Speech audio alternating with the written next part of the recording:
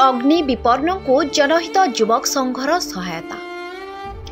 गतकाली संध्यारे हठात Khaira block कैथागढ़िया panchayat पात्रखुंटा grammar सुंदर जेना घरे निया लगी जाइथिला। एते शीघ्र अग्नि एते भयंकर हो जाइथिला जे तांको परिवार बंची जाइथिला सत, किंतु कोनोसी आसबा पत्र बंची पारि नथिला।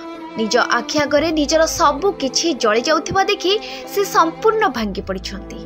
एही खबर सुनी बालेश्वर जिलार जनहित युवक संघ तांको साहाय्यर हाथ बढ़ाइछि।